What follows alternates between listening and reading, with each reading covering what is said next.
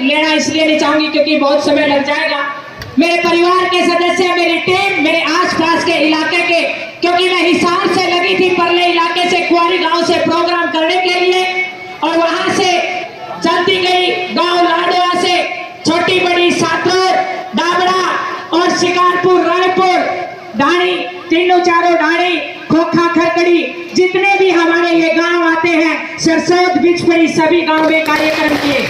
मैं निवेदन करूंगी एक बारी सभी से कि आप शांति से बैठे रहें, और 100 से ज्यादा गांव में हमने ये कार्यक्रम किए। हमारी इच्छा है, मैं आप सभी से एक ही बात कहना चाहती हूँ, ये परमात्मा इतनी आसानी से, पता नहीं कितने साधुओं ने तप करने पड़ते हैं, कितने बाबाओं ने पूजा की, उसके बाद जाकर के ये बूंद गिरती है।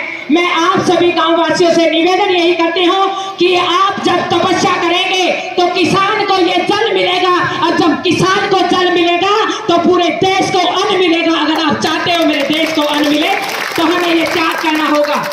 आज ये राजली गांव ये राजाओं का गांव है, ये धरती ये बहुत त्यागियों की धरती है, ये नागा बाबा की धरती है, ये पावन धरा बहुत ही शानदार धरा है। मैं जब जब भी इस धरती पे आई हूँ, इस गांव पे आई हूँ, मेरा मनोबल और ज्यादा बढ़ा है। आप सभी मेरे जितने भी चाचे ताऊ है, मेरी चाची ताइयां हैं, मेरा बहुत बड़ा मकसद है, मैं अपने क्षेत्र को, अपने इलाके को बहुत आगे लेके जाना चाहती हूँ। मैं चाहती हूँ कि मेरा गांव खूबसूरत हो, मेरा गांव मजबूत हो, मेरे गांव का विकास हो, मेरे गांव में अच्छे स्कूल हो, मेरे गांव में अच्छे हॉस्पिटल हो, और मेरे गांव के जितने भी युवा बेरोजगार हैं उसको रोजगार मिले। मेरी जितनी भी विधवा माएँ हैं जो अपने बेटों को कामयाब देखना चाहती हैं, मैं चाहती हूँ कि सभी माओं के बेटों को रोजगार मिले, वो माँ बाप जो उनका सपना है वो सपना पूरा हो। मेरी चाची ताइयों से निवेदन करूंगी कि आप अगर चाहती हो, अरे बड़ी मुश्किल से बारिश हुई है, इतनी आसानी से ये परमात्मा, मैं भी आपकी बेटी हूँ, यहाँ पर बनी हुई हूँ, और जब तक ये खाल नहीं चलेंगे मैं स्टेज से जाने वाली नहीं हूँ, ऐसा मेरा विश्वास है। मैं छत के नीचे नहीं, हम छत के नीचे तो अभी 7-8 महीने थे, इतनी गर्मी थी, अरे 2 बूंद लगेगी तो ये शरीर, ये काया कितनी कोमल होगी, ये मैं विश्वास के साथ कहती हूँ। ये शरीर गलने वाला नहीं है। जितनी मेरी बूढ़ी चाची ताई है वो बेटी है, मैं युवा साथियों से निवेदन करती हूँ, ये मिट्टी, ये पसीना, ये आसमान आपको बहुत कुछ सिखाता है। आज जो कुछ हूँ, जो आपके सामने हूँ, ये इस मिट्टी की बदौलत हूँ। एक विधवा माँ की बेटी होने के नाते जीवन के अंदर बहुत ठोकरें खा के आई हूँ। बहुत बड़ी वक्ता तो नहीं हूँ, लेकिन ये कहती हूँ मजदूर और किसान की बेटी हूँ, विधवा माँ की बेटी हूँ, जो 28 साल में अपने हाथों की चूड़ियां फोड़ करके अपनी बेटी को आगे बढ़ाने के लिए काम किया, उस माँ की बेटी हूँ। बहुत सारे जीवन में संघर्ष रहे, जब यात्रा अपने जीवन की शुरू करी गांव से, बहुत सारे ताने भी रहे, बहुत सारी विपरीत चुनौतियां रही, लेकिन कभी घबराए नहीं, ना कभी अपना हौसला डाउन होने दिया, क्योंकि मेरा सफर बहुत लंबा है। सबसे पहले अपने परिवार को संभाला, उसके बाद अपने आप को कामयाब करके हुए आगे बढ़ी, लेकिन एक समय आया, मुझे महसूस हुआ कि समाज के लिए कुछ करना चाहिए। आगे का जो जीवन है, आज मेरी उम्र 35 साल की हो गई है, ठोकरे खाते खाते पता नहीं चला 35 साल कैसे बीत गए। एक संघर्ष करते हुए आज इस राजली के मंच तक पहुंची हूँ, लेकिन एक अनुभव हुआ कि मुझे अपने जीवन को समाज के लिए समर्पित करना चाहिए। पता नहीं कितनी विधवा माँ बैठी हैं जो हौसले के लिए इंतजार कर रही है, उन बच्चों में जाकर के मैंने हौसला भरना चाहिए कि मैं भी विधवा माँ की बेटी को जो आज यहाँ, अरे खाने के लिए लाले, घर की हालात बहुत खस्ता, विपरीत चुनौतियां, घर में खाने के एक टाइम की रोटी नहीं थी। और मैं आप सभी को बता देना चाहती हूँ, जब कोई रिश्तेदार आ जाता था तो बड़ी मुश्किल से चीनी की कटोरी पड़ोसियों की मांग के लेकर आते थे, और जब वो चीनी की कटोरी जब उतारनी होती थी तो कोटे का इंतजार करते थे कि कोटे में से मिलेगी जब पड़ोसियों के उतारेंगे। उस हालात से निकल के आई हूँ। आज ये राजली गांव में आने का मेरा एक ही मकसद है, एक टारगेट है कि मैं बहुत कुछ करने के लिए मकसद लेकर चली हूँ। जब मैं अपने गांव से मैंने अपनी यात्रा शुरू की तो लोगों ने कहा था एक बेटी है, कैसे पता नहीं क्या करेगी, वैसे बड़ी बड़ी बातें बोल रही है, गरीब की बेटी है, बाप नहीं है, घर की हालात खस्ता है, पता नहीं क्या कहा था। लेकिन जैसे मैंने अपने कदमों को मजबूत किया, अपनी बीमार माँ को उठाया, अपने बहन भाइयों अपनी घर के हालात को बदला तो उन लोगों ने कहना शुरू किया कि अनीता के कदम रुकने वाले नहीं है। जब मैं अपने खेल को लेके आगे बढ़ी, एक ऐसा खेल जहाँ जिंदगी और मौत का सवाल है, जो बहुत महंगा भी है, आज इस मंच से कहना चाहती हूँ, किसी सरकार से कोई सहयोग नहीं लिया, अपनी जुबान से बोलना सीखा, अपनी ठोकरों को अपने अनुभव शेयर करना सीखा और बड़ी बड़ी कंपनियों के कार्यक्रम किए, बड़ी बड़ी कंपनियों की ब्रांड एम्बेसडर बनी और आज अपने देश को उपलब्धि देने का काम किया, अपने देश का नाम रोशन करने का काम। जब उस खेल को शुरू किया तो लोगों ने कहा था ये खेल चलने वाला नहीं है, और मैंने कहा कि मैं जब भी जिस मिशन को अपना लेती हूँ उस मिशन को मैं पूरा करके दिखाती हूँ। और मैंने उस मिशन में उस विश्व की सबसे ऊंची चोटी पर एक बार नहीं, 2 बार नहीं, 3 बार अपने देश का तिरंगा लहराने का सौभाग्य। जिस खेल में सिविल आदमी को अवार्ड मिलना बहुत मुश्किल था, जब उस खेल को शुरू किया कि लोगों ने कहा कि इसमें कोई सम्मान नहीं मिलता, लेकिन आप सभी को बताना चाहती हूँ, मेरे चाचे ताऊ, मेरी चाची ताई बैठी हैं, कि उस खेल का सबसे ऊंचा award Tenzing Norgay national adventure award Bharat के राष्ट्रपति द्वारा आपकी बेटी को सम्मानित करने का क्या वो संघर्ष यहाँ से। लेकिन एक इस मिशन को लेकर चल रही, कभी पसीने में, कभी बारिश में, कभी कीचड़ में, कभी ठोकरों में। जब मेरी टीम यहाँ अजली गांव में आई तो लोगों ने स्टार्टिंग में आई तो कुछ लोगों ने बड़ी मजाक की बात भी कही। मेरे टीम के साथियों ने कहा कि मैम लोग ऐसे कह रहे हैं। मैंने कहा 2-3 दिन रुकिए, लोग आपका स्वागत भी करेंगे, चूरमा भी बनाएंगे, हलवा भी बनाएंगे, आप 2 दिन गांव में ठहरिए। मेरी टीम के लोग 1 दिन रुके, 2 दिन रुके, 3 दिन रुके, 4थे दिन पूरे गांव ने स्वागत किया। और आज आप देखते हैं 10-12 दिन में ये पूरी टीम की मेहनत है। आज मैं एक बात कहना चाहती हूँ इस मंच से, आज इस पसीने में, इस बूंद में मैं आपको एक ही बात कहना चाहती हूँ कि इस मिशन में मेरा बहुत बड़ा सपना है। मेरा मकसद है कि मेरे गांव में वो विकास हो जो नई दिल्ली में देख रही हूँ, ऐसा गांव मेरा हो जो नई दिल्ली जैसा मैं देखना चाहता हूं। और वो हो सकता है क्योंकि जब घर में से 10,000 रुपए महीने का हम खर्च करते हैं तो उसमें से 2,500-3 हजार हम सरकार को टैक्स देते हैं। और मैं पूछना चाहती हूँ मेरे देश के इलाके के लोगों से, वो टैक्स का पैसा कहाँ लगता है? मुझे तो कहीं दिखाई नहीं देता है। अगर मेरे इलाके के नेताओं की दृढ़ इच्छा हो, अगर उनका संकल्प बढ़िया हो, अगर उनकी नीयत अच्छी हो, तो किसी गरीब का बच्चा अशिक्षित नहीं रह सकता और किसी गरीब का बच्चा बेरोजगार नहीं रह सकता। ये मैं गारंटी के साथ कहती हूँ दावे, क्योंकि हमारे इलाके के लोगों की बहुत अच्छी नीयत है, लोग बहुत अच्छे हैं, लेकिन कोई भी नेता आता है तो वो शोषण करके जाता है। वो किसी भी गरीब, किसी भी विधवा माँ के बेटे को वो देखता नहीं है कि वो किस हालात में अपने बच्चों को पाल रही है। किसी मजदूर के बेटे को वो जानना नहीं चाहता है। मैं ये कहती हूँ कि नेता का सिर्फ एक काम नहीं है गली बनाना, रोड बनाना। नेता का ये भी मकसद है कि हमारे देश का युवा किस दिशा में जा रहा है। मेरा देश का युवा नशे में जा रहा है, मेरा देश का युवा आज बेरोजगार है। उस नेता का ये भी फर्ज बनता है कि उस घर में चूल्हा क्यों नहीं जल रहा, मैं जानना चाहती हूँ, क्योंकि ये नेता का दायित्व है। लेकिन आप सभी से मैं एक बात कहने के लिए आई हूँ कि अब आप जागरूक होइए, जागिए अपने इलाके के अंदर। जब आप एक मजबूत नेतृत्व पैदा नहीं करेंगे तब तक इलाके का विकास नहीं होने वाला, तब तक आपके बेटों को रोजगार नहीं मिलने वाला, ये मैं गारंटी। क्योंकि वहां पर वो लोग बैठे हैं जो आपको शादी करेंगे और कार्ड देंगे और वहां बुलाएंगे आपको, और आप लोग वहां पहुंच करके खुश हो जाएंगे कि फलाने के ब्याह में गए थे, बहुत खर्चा लगाया, इतना बड़ा टेंट लगा रखा था, ये कर क्या था, वो कर क्या था। मैं मेरे चाचा ताऊ, मेरी चाची ताइयों से पूछना चाहती हूँ, उस टेंट का हमारे को क्या फायदा है? हमारे बच्चे को उस टेंट का क्या फायदा है? जो बाप मजदूर है दिहाड़ी में, अगर वो दिहाड़ी करने ना जाए तो मर जाएगा, अगर वो दिहाड़ी करने चला गया तो उसके बच्चों को कौन संभालेगा? मेरा अपना ये मानना है कि जितने भी कमजोर घरों के बच्चे हैं, जो मेरे जैसे गरीब घर के बच्चे हैं, वो सारा काम सरकार का है कि उन गरीब घरों के बच्चों को पढ़ा करके कामयाब करे। ये सपना सरकार का होना चाहिए, ऐसा मेरा विश्वास है। और ये हो सकता है यदि आपके इलाके का कोई भी व्यक्ति जो आपको लीड करता है, वो ये काम कर सकता है। उसकी दृढ़ इच्छा होनी चाहिए, उसकी भावना होनी चाहिए, उसका संकल्प होनी मुझे होना चाहिए। सपने लेने और सपने देखने में बहुत अंतर है।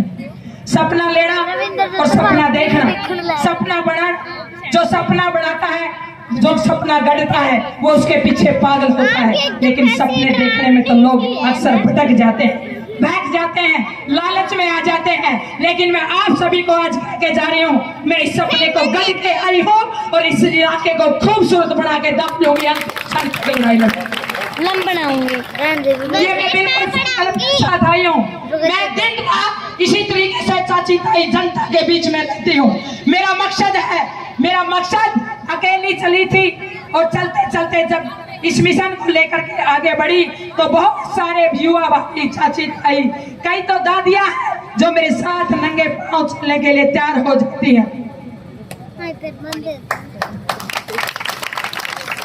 ये मैं कई बार साथी कह देते हैं, अनीता जी आप बोलते बोलते कहीं काफी जोश में भावुक हो जाते हो। मैंने कहा भाई मैं उन हालातों से आई हूँ जब मेरी माँ 3 बेटियों को उठा करके चली थी। क्या ताने थे, क्या माहौल थे, क्या दर्द थे, क्या पीड़ाएं थी, घर की स्थिति क्या थी, घर में खाने के लिए खाना नहीं था, लोगों के क्या भाव थे, वो मैं बहुत अंदर से जानती हूँ। वो ताने मेरे अंदर लिखे हुए हैं। लेकिन मेरी दृढ़ इच्छा है, मैं गुरुकुल की पढ़ी हुई छात्रा हूँ। मैं स्वामी दयानंद और स्वामी विवेकानंद की धरा पर जन्म लेने वाली बच्ची हूँ। मैं सुभाष चंद्र बोस और भगत सिंह के प्रदेश में पैदा हुई बेटी हूँ। और मैं आज संकल्प लेके जाती हूँ, जितने भी नौजवान मेरे युवा भाई, मेरी चाची ताई हैं, आज जाकर के घर जाकर के लिख लेना, ये बेटी तब तक शहीद हो जाएगी जब तक मेरे देश का, समाज का नक्शा नहीं बदलेगा। किसी प्रकार का लालच नहीं है। पैसा मैं अपनी जेब में भी रखना पसंद नहीं करती, क्योंकि मुझे पता है जब हम किसी आंदोलन के लिए, किसी संघर्ष, किसी बड़े सपने के लिए चलते हैं तो पसीना, मैं आप सभी से कुछ नहीं मांगना चाहती, मैं आप सभी से सिर्फ पसीना मांगना चाहती हूँ। जब पसीना की बूंद गिरती है तो वहां से सोना उगलता है। पैसा तो बहुत छोटी चीज रह जाती है। ये धरती माँ सोना एक उगलने वाली है। ये भारत की भूमि, ये भारत की धरा, यहाँ पर जब भी अंग्रेजों के आक्रमण हुए या मुगलों ने राज किया, जब हमारे देश की माँ ने वीर सपूत को पैदा किया, और आज इस बढ़ती हुई बेरोजगारी, बढ़ते हुए हालात, बढ़ती हुई सिचुएशन, बहुत सारी हालातों को हमने इस गांव राजली में रह करके जाना। कैसे चुल्ला जाता है, कैसे तनाव, कैसे युवा मोबाइल में ग्रस्त होकर के डिप्रेशन में जा रहा है, कैसे नशे की तरफ जा रहा है, कैसे युवा मार्गदर्शक से भटक रहा है। बहुत सारी किसान की हालात क्या है, क्योंकि मेरे से बेहतर कोई नहीं जानता। आप सब सोचेंगे बहन जी वैसे बात कर रही होगी। आप कितने युवा है जिसने गुगु में थ्रेसर में गारे लायक कड़क काटी हो? एक बार हाथ उठा कर बताइए। गुगु में मैं ताई और की बात नहीं करी, मैं युवाओं की बात कर रही हूँ। मैं गुगु की बात कर रही हूँ। गुगु में 1.5 किला सांझा तक बड़ी मुश्किल निकला करता, सारा परिवार पसीना पसीना हो लिया करता, बड़ी मुश्किल था। लेकिन एक बात जरूर कहूंगी भाई, गुगु की तूड़ी में थोड़ी बड़ा मजा आया करता। ऐसी तूड़ी बीजा करती जो कर लाडू से बना करते। और क्या बात है, क्या भैंस राजी होकर के, क्या पशु राजी होकर के खाया करते। आपकी बेटी ने, आपकी बहन ने उस गुगु में गहरे लगा करके 48 घंटे खेतों में काम किया है। वैसे मैं आपको बता रही, 12 साल की उम्र में पिता का दुनिया से जाना। मैंने मेरी माँ को एक ही बात कही थी, माँ, मेरी माँ बोली बेटा चूल्हे के पास बैठ के तेरामी के बाद आंखों में आंसू लेके न बोली, अनीता बेटा घर की हालत बहुत खस्ता है, पढ़ा नहीं पाऊंगी। डिप्रेशन में बहुत गंभीर, पता नहीं था उस टाइम से डिप्रेशन क्या चीज होती है। मेरे पिता भी डिप्रेशन के शिकार होके इस दुनिया से गए। न बोली बेटा पढ़ा नहीं पाऊंगी। मैंने कहा माँ क्यों? बोली घर के हालात बहुत खस्ता है, इतने बच्चों को पढ़ाना, मेरा शरीर भी कमजोर हो गया है। मैंने कहा कितने किले अपने गेहूं के हैं? न बोली बेटा माँ इतनी घर की जमीन नहीं थी, 2-2.5 एकड़ का जमींदारा था, मालमूल ने लेकर 15-20 किले की खेती करके थी। मैंने कहा माँ गेहूं के कितने किले? बोली 20 किले के गेहूं के बोर के। मैंने कहा अगर ज्यादा से ज्यादा हम अपने हाथों से काट दें तो लाई के कितने पैसे बच जाएंगे? आप सब समझते होंगे लाई क्या होती है, दिहाड़ी। तो मेरी माँ ने कहा, खुश हुई थोड़ी सी, डुबली बेटा अगर सारे कट गए तो 30-35 मन कणक बच जाएगी। मैं और मेरी छोटी बहन अपने ताऊ जी के साथ लग के, मेरी 12 साल की उम्र थी, और नन्हे नन्हे हाथों से मैं आज इस मंच से कहना चाहती हूँ, मैंने अपने हाथों से 8 किले तो हमने 20 किलो में से कटाई पे कटवाए और 12 किले अपने हाथों से काटे और अपनी माँ का हौसला बढ़ाया। उस 12 साल की उम्र में किसी बच्चे को 12 साल के को उठा के देख लेना। मेरी माँ को एक हौसला बढ़ा कि जब मेरी बेटी इस सिचुएशन में जब संभाल सकती है, और मैंने एक ही बात कही कि आज नोट कर लेना, मैं नहीं कुंवारी थी, परमात्मा कुंवारा था। मुझे नहीं पता, एक 12 साल के बच्चे को पता नहीं होता। मैंने कहा नोट कर लेना माँ, इतिहास में आपको अनीता कुंडू की माँ के नाम से जाना जाएगा। ये देश बताएगा, आपको सलाम करेंगे। मैं मानती हूँ कि आज हालात खराब है, आज सिचुएशन अलग है, लेकिन एक दिन ऐसा आएगा कि लोग आपको ये कहेंगे कि ये अनीता कुंडू की माँ है, ये अनीता कुंडू की माँ। अपनी माँ का हौसला बढ़ाया। उस हालात में वो कह तो दे बात, लेकिन वो संघर्ष भी करना था। बहुत सारी चुनौतियां रही जीवन के अंदर। कभी मेरी किताब आएगी, उसमें लिखूंगी, ठोकरे खा खा करके यहाँ तक आई हूँ। बहुत बड़ी वक्ता तो नहीं हूँ, लेकिन हालातों से बहुत कुछ सीखा है। और कई भाई कह देते हैं, अनीता बहन जी आपके विचारों का असर बच्चों पे, बूढ़ों पे, जवानों पे बहुत ज्यादा पड़ता है। मैंने कहा भाई मेरे को पता नहीं मैं क्या बोलती हूँ, लेकिन जो दिल में मैंने ठोकरे खाई है वो बातें स्वाभाविक भाषा में, एक साधारण भाषा में, सरल भाषा में मैं अपने परिवारों से शेयर कर लेती हूँ। मेरी इच्छा है कि मेरे देश का युवा कामयाब बने, आगे बढ़े, और मेरा देश की माँ बाप सुखी हो, सब माँ बाप के चेहरों पे खुशी हो, ऐसा मेरा सपना। लेकिन हमने खुद ने भी जागरूक होना पड़ेगा, और जब हम खुद जागरूक होंगे तब हम किसी सरकार पे काम ले पाएंगे। मजदूर और किसान की व्यथा बहुत खराब है। 2, 2.5, 3, 4 एकड़ का, 5 एकड़ का जमींदारा, बालक पढ़ाने बहुत मुश्किल है, बालकों को आगे बढ़ाना बहुत मुश्किल है, बहुत अच्छे से जानती हूँ। लेकिन उसके बावजूद भी मेरा अपना ये मानना है कि एक ऐसा विषय, जब मेरी टीम यहाँ पर काम कर रही थी, एक राजनीतिक विषय की चर्चा हुई। मैं आज इस मंच से एक बात कहना चाहती हूँ, जब तक उस क्षेत्र में अच्छे लोग नहीं आएंगे, जो सरकार के खजाने में जो पैसा है उस पैसे को लगाने के लिए धरातल पे अच्छे लोग नहीं आएंगे, त्याग और तपस्या वाले लोग नहीं आएंगे, तब तक इस देश का भला होने वाला नहीं है। मैं ये आज इस मंच से कहना चाहती हूँ। मैं अपने जीवन को त्याग करके चली हूँ। एक ताई ने बोली, अनीता बेटा शादी नहीं करी। मैंने कहा ताई मेरे जीवन के हालात ऐसे रहे कि मुझे टाइम नहीं लगा, क्योंकि 8-9 भाई, शेर का परिवार, मेरे चाचे ताऊ भी बड़े भोले भाले हैं, बिल्कुल साधारण है, दुकान तक सामान नहीं लेना आता, बच्चे जैसे हैं। 9 बहन भाई हैं, सभी को पढ़ाया लिखाया, कामयाब किया। घर की हालात बहुत खस्ता थी, खाने के लाले थे। संघर्ष करते करते कैसे 35 साल बीत गए पता नहीं चला। और फिर मैं 35 साल की हुई तो मेरे दिमाग के विचार और सोच बदल गई, और सब जितने भी छोटे बहन भाई, जितने बैठे हैं ये नन्हे मुन्ने बच्चे, और जो गरीब परिवार के बच्चे हैं, वो सब मुझे मेरे अपने लगने लगे। और मुझे ये लगा कि मुझे समाज और देश के लिए काम करना चाहिए। आज से 15 साल से मैं लगातार समाज में लगातार समाज में जन जागरण के कार्यक्रम कर रही हूँ। और इन्हीं कार्यक्रमों को करते करते बहुत सारे चाचा ताऊओं ने अलग अलग सुझाव दिए कि अनीता बेटा आप ऐसे रण में आए कि जहाँ पर बहुत सारे बच्चों का भला हो पाए। मैंने कहा मैं कहीं खुद की इच्छा से जाने वाली नहीं हूँ, ये सब प्रभु लेके जाएगा। और मैं आज इस मंच से कहना चाहती हूँ, आप सबका साथ रहा और मेरी कलम में दम रहा, मैं गारंटी के साथ कहती, मैं दावे के साथ कहती हूँ, हर घर में स्वर्ग लाके दे दूंगी, ये मैं गारंटी विश्वास के साथ।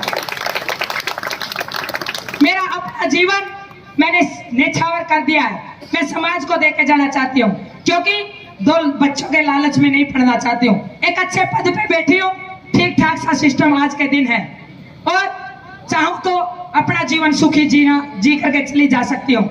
लेकिन ठोकरें खाई हैं। बहुत सारी बेटियां मेरी आंखों में आंख डाल करके इच्छा शक्ति जता रही हैं, वो भी चाहती हैं कि हम कामयाब बने, मजबूत बने, अपने परिवार की शान बने। बहुत सारे भाई बैठे हैं जो एक थपथपी का इंतजार कर रहे हैं, एक हौसले का इंतजार कर रहे हैं। और मैं आज इस मंच से एक बात कहना चाहती हूँ कि किसी बच्चे को आप कुछ दे पाए या ना दे पाए, एक बारी उसके पीछे हाथ लगा करके बाप जैसा हौसला जरूर दे देना, क्योंकि मेरे जीवन के अंदर वो कमी रही है। आज भी अगर परमात्मा मुझे ये कहे कि अनीता बेटा आप क्या चाहती हो, तो मैं एक ही बात कहूंगी, ये परमात्मा सब कुछ ले ले, लेकिन 1 घंटे के लिए उस पिता को दे दे जिसने मेरे को जन्म दिया था। मैं उससे बतलाना चाहती हूँ, उसकी बात करना चाहती हूँ। वो अभाव, वो पीड़ा आज भी मेरे दिल के अंदर है, लेकिन मेरे पिता का ये सपना था, उनका इच्छा थी जब मेरा जन्म हुआ कि अनीता बेटा, मेरी माँ को उन्होंने कहा था कि मैं अनीता बेटा को समाज के लिए जन्म देना चाहता हूँ, मैं अनीता बेटा को समाज के लिए चाहता हूँ कि ये समाज के लिए काम करे। मैं अनीता की शादी नहीं करना चाहता, मैं बेटियों के लिए चाहता हूँ कि अनीता प्रेरणा बने। वो मुझे बचपन में ये सपना दे के गए थे। आज वो इस धरती पे नहीं है, आज वो इस आसमान से देख रहे हैं। और जब राजली गांव में आई तो उन्होंने सोचा कि गर्मी बहुत ज्यादा, अपनी बेटी के लिए हम बारिश करवा देते हैं, तो ये उनका आशीर्वाद। वो मेरे साथ साथ चलते हैं, मेरा हौसला बढ़ाते हैं, मेरी ताकत बनते हैं। सौभाग्यशाली हूँ, नाम भी ऐसा है, मैं ईश्वर की बेटी हूँ। मेरी दादी ने नाम भी बड़ा खूबसूरत रखा मेरे पिता का, कभी भी नहीं भूलती। मेरी छोटी बहनें बैठी है। मैं आज एक बात कहना चाहती हूँ आप सभी को, आप जिंदगी में जब बाहर निकलेंगी, बहुत सारे लोग बरगलाने वाले मिलेंगे, बहकाने वाले मिलेंगे, रास्ते से भटकाने वाले मिलेंगे, लेकिन मेरी बहनों, अपने माँ बाप का चेहरा देख करके घर से निकलना, और जब कोई गलत कदम उठाए तो एक बार पीछे मुड़ के माँ बाप को याद कर लेना। मैं गारंटी के साथ कहती हूँ, कभी आप जीवन में गलत नहीं, क्योंकि माँ बाप अपना पेट बांध करके, अपना तन का कपड़ा दे करके बेटा बेटी को आगे बढ़ाता है। मेरे जितने युवा भाई हैं उनको भी मैं कहना चाहती हूँ कि आज आपको एक बात कह के इस मंच से जाना चाहती हूँ, जितने भी लड़के हैं, हम बेटियां कितने मेडल ला दें, कितने ही हम एवरेस्ट पे झंडे फहरा दें, लेकिन मेरी चाची ताई जब खुश होती हैं जब छठी के दिन, जब बेटा होता है छठी के दिन लाडू बांटती है 10 उठन, वो इसलिए राजी होती है। मैं स्वागत करती हूँ उस बात का भी। मैं चाहती हूँ बेटी भी हो और बेटे भी हो, क्योंकि दोनों एक गाड़ी के पहिए हैं। मैं ये भी नहीं कहती अकेली बेटियां हो, बेटियां भी हो और बेटे भी हो, दोनों कुल की शान है। लेकिन बेटों से निवेदन करना चाहती हूँ, नशे से दूर रहें, अच्छी संगत करें, अच्छा अपने संस्कार लेके आए, और जो माँ बाप ने जिस सपने के साथ पैदा किए हैं कि बुढ़ापे में मेरा बेटा मेरा सहारा बनेगा, 50 साल के बाद मेरी ताकत बढ़ेगा, जब मैं गांव के किसी गली में निकलूंगा तो फख्र के साथ कहेंगे कि वो महेंद्र का बेटा है, कामयाब है, आज लेफ्टिनेंट, आज कर्नल है। मैं जितने भी युवा बैठे हैं, मैं आप सभी से यही निवेदन करती हूँ कि आपके माँ बाप के सपनों को पूरा करके इस दुनिया से जाए, क्योंकि माँ बाप को तनख्वाह नहीं चाहिए, उनको सिर्फ ये बात चाहिए कि मेरा बेटा कामयाब है, मेरी बेटी कामयाब है। क्या हो गया? और एक कहानी मुझे याद आ गई कि आप क्या विश्वास लेके निकली। एक बारी एक सेना का अफसर अपनी सेना को लेकर के सीमा के लिए युद्ध करने के लिए जा रहा था, और जैसे ही निकला तो आगे से बहुत गहरा जंगल आ गया, और उस जंगल में चलते चलते सारा राशन खत्म हो गया जो सेना लेके आई थी। तो उस अफसर ने चारों तरफ देखा कि कुछ खाने की व्यवस्था हो जाए, भूख बहुत ज्यादा लग रही है, सेना का आगे बढ़ना मुश्किल हो गया। तो सामने से एक झोपड़ी दिखाई दी, उस झोपड़ी में जाकर के देखा तो ताला लगा हुआ मिला। उस अफसर ने उस ताले को तोड़ लिया, और ताला तोड़ के अंदर देखा तो थोड़ा बहुत चाय का सामान मिला और कुछ बिस्किट वगैरह कुछ सामान मिला। सारी सेना के जवानों ने उसको खाया और अफसर ने भी थोड़ा सा खाया, और जैसे वो खा करके वापस चलने लगे तो उस अफसर ने उसके ताला लगाने लगा तो ताला नहीं लगा, क्योंकि ताला तोड़ दिया था। और जैसे ही उसके अंदर एक कल्पना सी हुई कि ये मैंने अच्छा नहीं किया, किसी की दुकान तोड़ के या किसी की झोपड़ी तोड़ के मैंने राशन खाया है, उसकी आत्मा कल्पी, इसका क्या करूं। उसने कहा कि और तो कोई सोल्यूशन नहीं है। उसने उसके नीचे 5000 रुपये जो भी उसका था डब्बा उसके नीचे दाब दी और आगे बढ़ गए। अपनी सेना को लेकर के आगे बढ़ा और जाकर के युद्ध लड़ा, और युद्ध जीत करके जब वापिस आने लगा उसी रास्ते से वापिस आया तो उस झोपड़ी के अंदर देखा कि चारों तरफ कोई भी खाने की व्यवस्था नहीं थी। तो वो झोपड़ी फिर दिखाई दी, उस झोपड़ी में एक बूढ़ा व्यक्ति दिखाई दी, और वो बड़े खुश हुए कि भाई ताऊ जी दिखाई दिए, कुछ खाने पीने का सामान मिलेगा।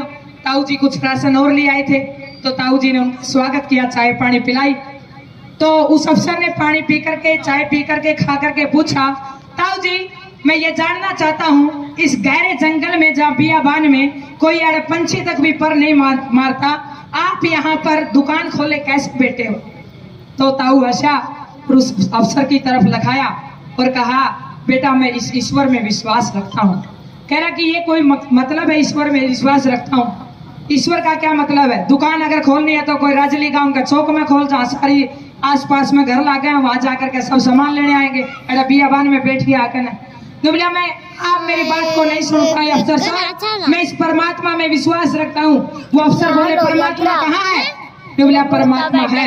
बोला कल, बोला जब मैं परसों आया तो मेरा बेटा बहुत बीमार था और मेरे घर में कोई पैसे की व्यवस्था नहीं थी।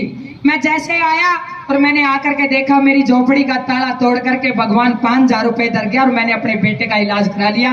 परमात्मा है यहाँ पर, साक्षात परमात्मा दर्शन देते।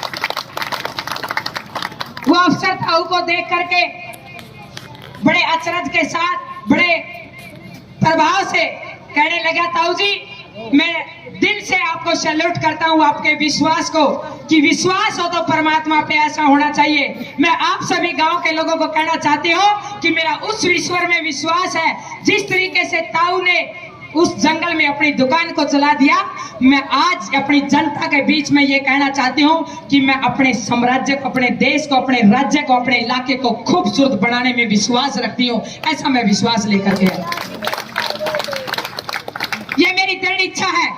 और जब तक, आज आप भाई नोट कर लेना, कई भाई चलते चलते सवाल भी कर लेते कि बहन कोई भी आता बड़े बड़े सवाल करता है, बहुत बड़े बड़े वो उनके वादे होते हैं। मैं आज कह के जाना चाहती हूँ, जो बात बोल के जाऊंगी उसको पूरा करूंगी, क्योंकि ये मेरे बड़े बुजुर्गों ने सिखाया है कि अपनी जुबान का मूल्य होना चाहिए। मैं आज इस मंच से कहना चाहती हूँ कि समाज की दशा और दिशा सुधारने के लिए संघर्ष में आई हूँ और वो संघर्ष पूरा करके जाऊंगी। आप डायरी में जाकर के लिख लेना और आकर के मेरे से कभी भी बात कर लेना।